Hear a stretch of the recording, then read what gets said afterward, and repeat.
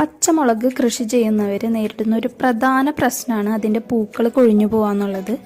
അപ്പോൾ ഇതിൻ്റെ കാരണം എന്താണ്, ഇത് പരിഹരിക്കാനായിട്ട് നമുക്ക് എന്തൊക്കെ ചെയ്യാം, അതൊക്കെയാണ് ഇന്നത്തെ വീഡിയോയിൽ നമ്മൾ പറയാൻ പോകുന്നത്. ഫസ്റ്റ് പോയിന്റ് എന്ന് പറയുന്നത് പോളിനേഷനാണ്.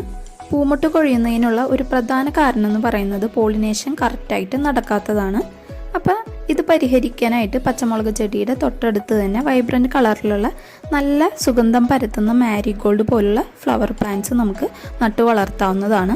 ഇത് ധാരാളം ചിത്രശലഭങ്ങളെയും ഷഡ്പദങ്ങളെയൊക്കെ ആകർഷിക്കും. അതുവഴി പോളിനേഷൻ നടക്കും. ഇനിയിപ്പോൾ ഇത് നമുക്ക് വളർത്താൻ പറ്റിയില്ലെങ്കിൽ ഹാൻഡ് പോളിനേഷൻ ചെയ്ത് കൊടുത്താലും മതി. ഇതിനായിട്ട് നമുക്കൊരു ചെറിയ ബ്രഷോ ബഡ്സോ അല്ലെങ്കിൽ നമ്മുടെ ചൂണ്ടുവിരലോ ഉപയോഗിച്ചിട്ട് ചെറുതായിട്ട് പൂക്കളിൽ തട്ടിക്കൊടുക്കാം. അപ്പം ഇത് പോളിനേഷൻ നടക്കാനായിട്ട് സഹായിക്കും. ഇനി